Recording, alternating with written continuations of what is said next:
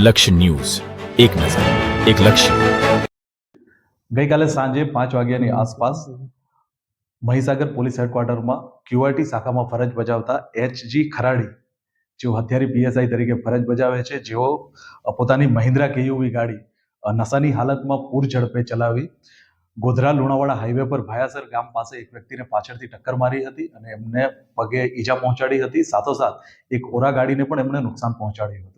આ પ્રકારની વર્દી 112 પર આવતા લુણાવાડા ટાઉન પોલીસ સ્ટેશન તાત્કાલિક ઘટના સ્થળે પહોંચી હતી અને આ પીએસઆઈની ઘટના સ્થળેથી ધરપકડ કરી લીધી હતી.